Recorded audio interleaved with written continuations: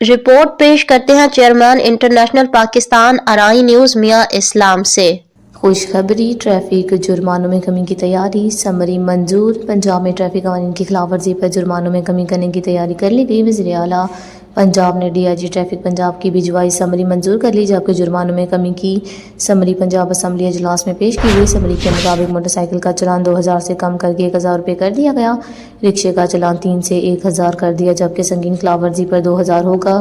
دوسری جانب کار اور جیپ کا چلان 5000 سے کم کر کے 3000 روپے کر دیا گیا، تاہم موٹر سائیکل، رکشے اور کار میں اوور سپیڈنگ کے جرمانوں کو برقرار رکھا گیا۔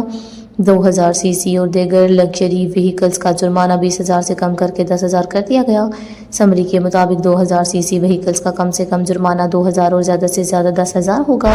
مزدا کوسٹرز، چھوٹی مسافر وین، لائٹ وہیکلز کا جرمانہ 20000 سے 7000 کر دیا گیا، جبکہ ٹرک، بس اور دیگر ہیوی وہیکلز کا جرمانہ 20000 سے کم کر کے 10000 روپے کر دیا گیا۔